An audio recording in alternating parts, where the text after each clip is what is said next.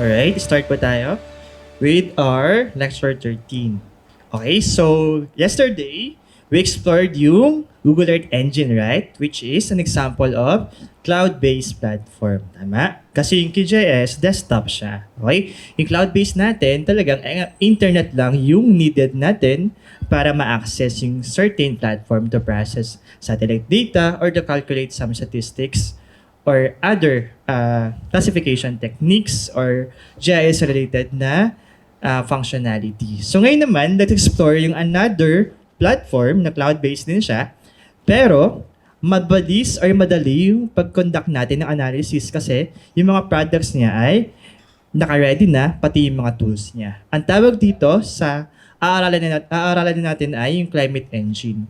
So ano nga pa si Climate Engine? So a Climate Engine is a free web-based platform powered by Google Earth Engine and NOAA data. So makita nyo, yung parang back-end niya is powered by Google Earth Engine. So may similarity siya and yung functionalities niya almost the same doon sa Google Earth Engine. Pero yung Google Earth Engine kasi mas raw siya, no?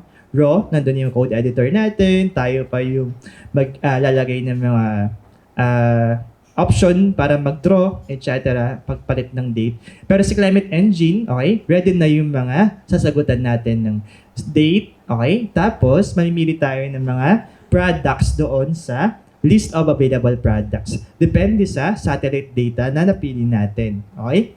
So, it allows on-demand climate and remote sensing analysis. So, ideal siya pag kailangan natin ng mga rapid maps, time series maps, and also mga summaries ng mga products natin like NDVI, ng mga land surface temperature. So, pwede yun gawin kay Climate Engine. So, later, ito yung landing page niya. Ito yung discussion lang naman about the platform, which is yung Climate Engine.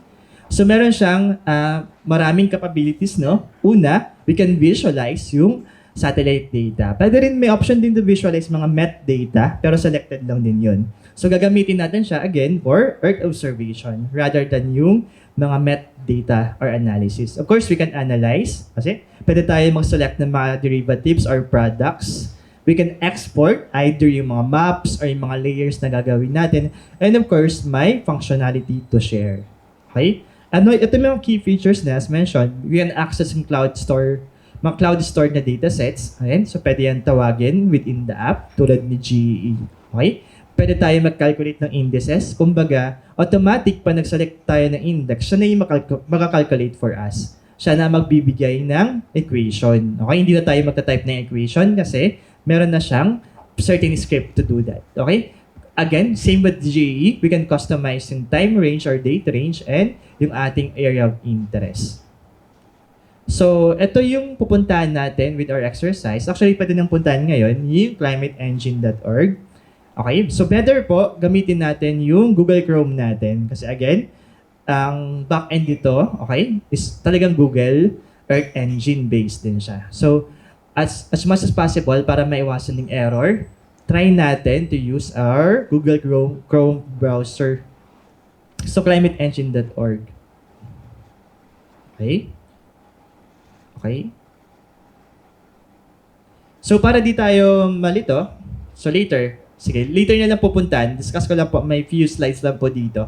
So, pakita ko po bago tayo mag-register or mag-login. Ito po yung sample na GUI niya. So, meron tayo sa left panel ng option to select ano yung gusto natin na i-visualize. Like raster ba or meteorological data.